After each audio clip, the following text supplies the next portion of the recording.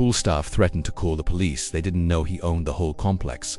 A black man in swim trunks was just chilling by the pool when staff told him to leave or they'd call the police. But what they didn't know, he owned the entire building. What he did next shocked everyone.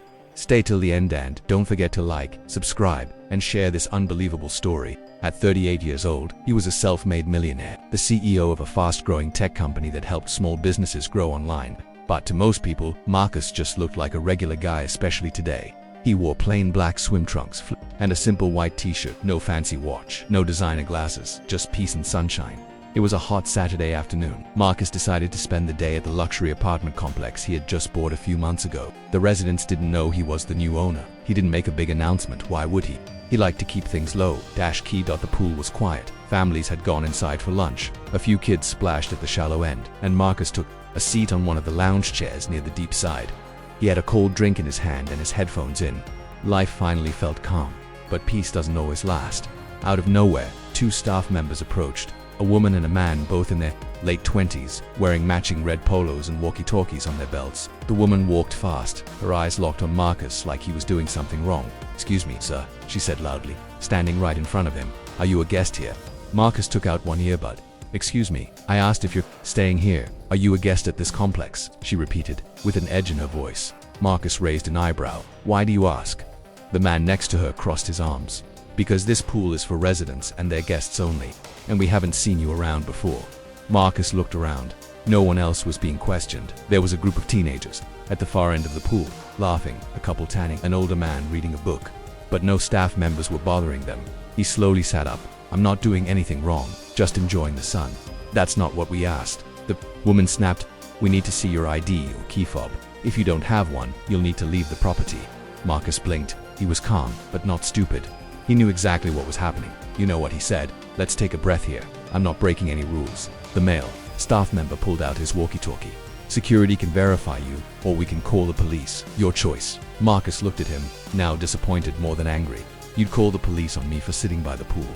The woman smirked. "We take unauthorized visitors seriously. It's policy." Marcus leaned back slowly, placed his drink on the side table and smiled. "All right," he said. "Let's call someone. But not the police. Call your property manager." The woman looked confused. "Why would we do that?" "Because," Marcus said, standing up and brushing off his shirt, "you're about to find out exactly who I am." She rolled her eyes. "Sir, stop wasting our time. Leave the property or we will take action." "I'm not going anywhere," Marcus replied coolly. "In fact, I suggest you both sit down, because your jobs may be on the line." They thought he was bluffing. The man turned and started walking toward the office, pulling out his phone. The woman stayed, arms crossed, watching Marcus like he was a threat. What neither of them knew was that Marcus didn't just belong there, he owned the place. And he was done being quiet about it. The male staff member rushed to the leasing office and came back 5 minutes later, this time with a property manager, Ms. Laura Jenkins. She looked sharp in her navy blazer and heels, holding a clipboard like a badge of honor. "Sir," she said firmly, walking up to Marcus. "I was told you're refusing to show ID or leave. This is private property." Marcus remained calm. "Laura, is it good to meet you? I think there's been a misunderstanding." Her eyes narrowed. "There's no misunderstanding. These staff members say you're trespassing." "You really think I'm trespassing?" he asked, wearing swim trunks, relaxing quietly, not bothering anyone. She stood taller. "Sir, I have to follow protocol." Marcus chuckled and pulled out his phone. He opened a file and handed it to her. "Maybe you'll follow this instead." She looked down at the screen. It was the property deed. Her hands trembled slightly as she read the name at the top. Marcus Elijah Grant, owner. She looked up, stunned. "This ... this can't be." "Oh, it is," he said, folding his arms. "I bought this property 3 months ago, and today I came to see how things run when I'm not in a suit and tie." The two staff members went pale. The woman's mouth dropped open. Marcus looked at all three of them. "Do you understand now why threatening to call the police on someone for just sitting by a pool might not be the best customer service?" Laura tried to speak. "I had no idea." Marcus shook his head. "And that's the problem." By now, everyone at the pool had stopped what they were doing. People watched in silence. A few even pulled out their phones. The woman who had first confronted Marcus stepped back, her face turning red. Marcus turned to the onlookers. "I came here today to relax, but instead, I got profiled by the people who worked for me." Gasps rippled through the crowd. "I don't wear a suit everywhere," he continued. "I don't need to flash money to prove I belong. I belong here, because I bought this place. But no one should need money to be treated with respect." A few people clapped quietly.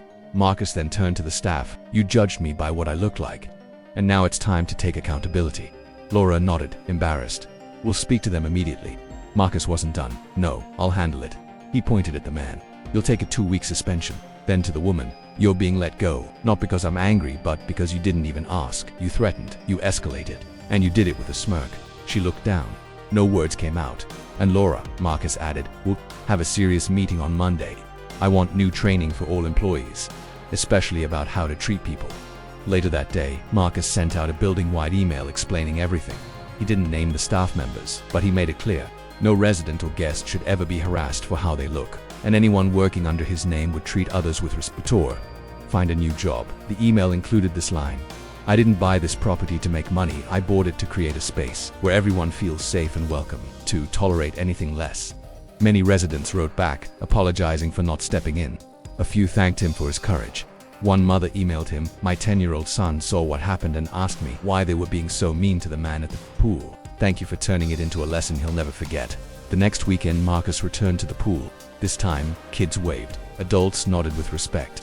Someone even brought him lemonade, but Marcus didn't come back for attention. He came back to show he wasn't going anywhere. He sat at the same lounge chair, same drink, same smile. And this time, the only thing anyone said was, glad to see you, Mr. Grant. Marcus's story spread online after a resident shared the story. On Facebook, the man they tried to kick out, the post read, was the boss of everyone involved. People all over the country began sharing it, some in shock, others in celebration. It wasn't just about a pool. It was about judgment, prejudice, and the power of staying calm and standing your ground. Marcus later told his team, money, that doesn't change who I am, it just gives me a louder voice. But if I stay quiet when things like this happen, then what was the point of all this success? He started a mentorship program for young black entrepreneurs in his city, using part of the property's profits to fund it. As for the woman who got fired, Marcus later found out she applied for training in diversity and communication. Maybe she learned, maybe not. But Marcus wasn't focused on her anymore. He was focused on building spaces where everyone felt like they belonged. And if he had to be the quiet man in swim trunks to teach that lesson, then so be it.